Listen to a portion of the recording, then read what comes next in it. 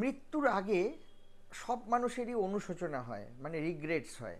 তো আমি রিসেন্টলি একটি ইন্টারেস্টিং বই পড়লাম, যে top 5 secrets of the dyeing. এই বইটি লিখেছে ব্রনি ওয়্যার বলে একজন অস্ট্রেলিয়ান, ঠিক ডাক্তার না, উনি হচ্ছেন যেই মৃত্যুশয্যায় যে মানুষ থাকে তাদের মেন্টাল এবং ফিজিক্যালি তাদেরকে কিভাবে ভালো রাখা যায় তার উপর কাজ করেন। তো ব্রনি ওয়্যার তার বইয়ে যেই 5টি সিক্রেটের কথা লিখেছেন, যে সমস্ত মৃত্যুশয্যায় শুয়ে যেই মানুষগুলো অনুশোচনা করে, সেই অনুশোচনা 5টি কী কী।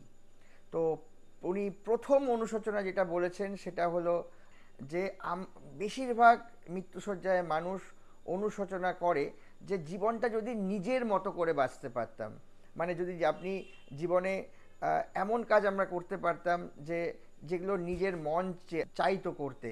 এবং জেনারেলি যেটা হয় যে সবাই আমরা এমন কাজ করি যে লোককে ইমপ্রেস করার জন্য, লোক কিভাবে ভালো বলে, লোক কোনটায় ভালো বলবে, লোক কোনটায় ঠিক বলবে, সেই কাজ করার চেষ্টা করি। তো বেশিরভাগ কিন্তু মৃত্যুশয্যায় শুয়ে মানুষ ভাবে যে ওই কাজগুলো না করে আমি যদি এমন কাজ করতাম যেটা নিজের মন চায়। সেকেন্ড যেটা রিগ্রেট সবার হয় সেটা হচ্ছে যে আমার যদি এমন সাহস থাকতো যে আমি আমার যে মনের কথাগুলো আছে সেগুলো বলতে পারতাম।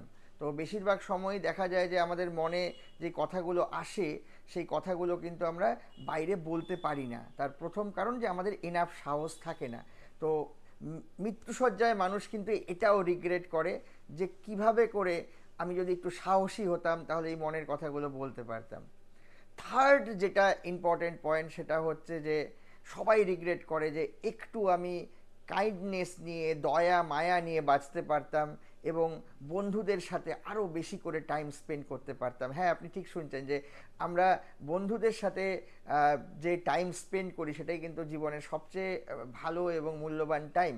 এবং সব মানুষই মৃত্যুশয্যায় শুয়ে শুয়ে ভাবে যে আরেকটু আমি বন্ধুদের সাথে টাইম স্পেন্ড করতে পারতাম।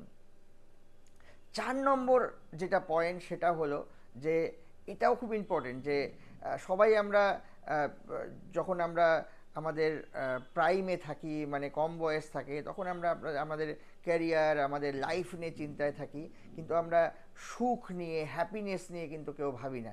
তো মৃত্যুশয্যায় শুয়ে যে 4 নম্বর পয়েন্ট যেটা সবাই বলে সেটা হচ্ছে যে নিজে নিজে আরেকটু আমি সুখী হওয়ার জন্য কাজ করতে পারতাম।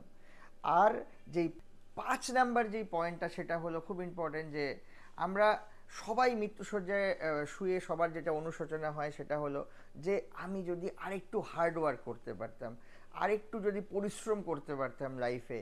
আমরা কিন্তু যখন আমরা জীবনে বাঁচি তখন কিন্তু আমরা ভাবি যে একটু রেস্ট কত বেশি নেওয়া যায়, কিন্তু সত্যি কথা বলতে গেলে জীবনের শেষে আমাদের সবার রিগ্রেট হয় হয়তো যে আরেকটু বেশি হার্ডওয়ার্ক করতে পারতাম, তাহলে আমি জীবনে আরও বড় সাকসেস পেতে পারতাম বা আরও জীবনটাকে ভালোভাবে বাঁচতে পারতাম। তো সবচেয়ে ইম্পর্টেন্ট কথা হলো যে এই যে 5টি যে রিগ্রেট আমরা ডিসকাস করলাম, সেই 5টি রিগ্রেট থেকে আমরা কি শিখব।